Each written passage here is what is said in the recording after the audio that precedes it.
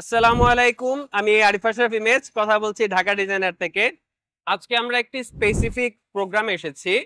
নতুন একটি ফোরাম তৈরি করা হয়েছে বাংলাদেশে, ট্রান্সপোর্ট প্রফেশনালস ফোরাম বাংলাদেশ। এই ট্রান্সপোর্ট প্রফেশনাল ফোরামস বাংলাদেশের পক্ষ থেকে আজকে একটি গণ সচেতনতা কার্যক্রম হাতে নেওয়া হয়েছে। শহরের ভেতরে ফুট ওভারব্রিজ ব্যবহার করার অল্টারনেটিভ হিসেবে কিন্তু জেব্রা ক্রসিংও থাকে, কিন্তু এই ধরনের বিজি রোডে বা হাইওয়ে রোডে জেব্রা ক্রসিং কিন্তু কখনোই ফিজিবল হয় না। যার কারণে এই ধরনের জায়গায় সবসময় ফুট ওভারব্রিজ ব্যবহার করতে হয়, সেটা এখনো ব্যবহার করতে হবে। এবং এই ধরনের ফুট ওভারব্রিজকেই রোড ক্রসিং এর জন্য প্রাইমারি পাথওয়ে হিসেবে পেডিস্ট্রিয়ানদেরকে বা পথচারীদেরকে সবসময়ই ব্যবহার করতে হবে। তো চলুন যাই, আমরা শুনে আসি আমাদের মেম্বাররা কে কি বলছেন।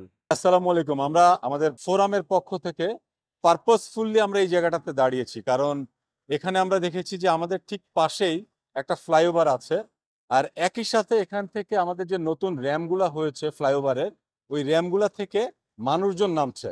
তো এইখানটা এত ইম্পর্টেন্ট একটা জায়গা হবার পরেও যেহেতু বাস থামছে, মানুষের আসলে কিছু করার থাকছে না, কারণ যারা মহিলা নামছে, যারা বয়স্ক নামছে, উনারা আর কষ্ট করে ফ্লাইওভার পর্যন্ত না যেয়ে আপনি যখনই আপনার পিছনে একটু দেখবেন যে বাস থেকে উনরা এখানে নামছে। যেহেতু উনাদের রাস্তার অপর সাইডে যাওয়ার জন্য বাসের থামার জায়গাটা রাস্তার মাঝখানে, কাজেই উনাদেরকে নো আদার অপশন, উনারা হেঁটেই রাস্তাটা পার হচ্ছে।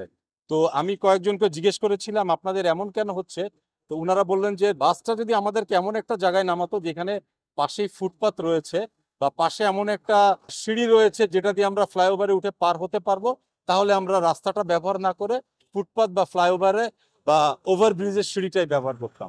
আমরা আসলে আজকে দুটো কাজ করছি। একটা হচ্ছে আমরা মাইকিং করে মানুষকে সচেতন করার চেষ্টা করছি, আমাদের ব্যানারের মাধ্যমে সচেতন করার চেষ্টা করছি, এবং আমরা স্টিকার তৈরি করেছি। আমরা সিএনজির অটোরিকশার পেছনে, গাড়ির পেছনে স্টিকার দিচ্ছি। ইভেন কোনো মোটরসাইকেল চালকও আমাদের কাছ থেকে স্টিকার চেয়ে নিচ্ছে। তো আমাদের উদ্দেশ্যটা খুব সহজ, কিন্তু একদিকে সহজ একদিকে কঠিন। কঠিন এই কারণ কেউ মানতে চাচ্ছেন না। সবাই বুঝতে পারছেন যে ফুট ওভার ব্রিজে ওঠার দরকার, কিন্তু কারোর সময় নাই, সবাই শর্টকাটে নিচ দিয়ে পার হয়ে যাচ্ছে।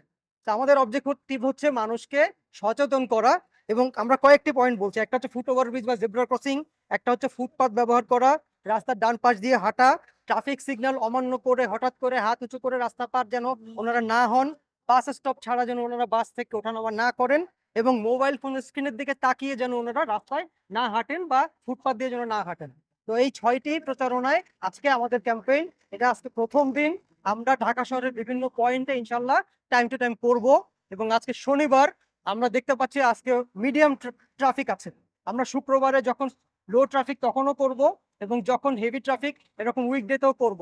আমাদের ট্রান্সপোর্ট প্রফেশনালস ফোরাম বাংলাদেশ মূলত সিভিল ইঞ্জিনিয়ার, টাউন প্ল্যানার এবং আর্কিটেক্ট, এই 3টি ক্যাটাগরির সদস্যদেরকে নিয়ে গঠিত, যারা দীর্ঘদিন ধরে পরিবহন খাতের যে নৈরাজ্য এবং সড়ক দুর্ঘটনার যে মূল কারণ এটা নিয়ে গবেষণা করছেন।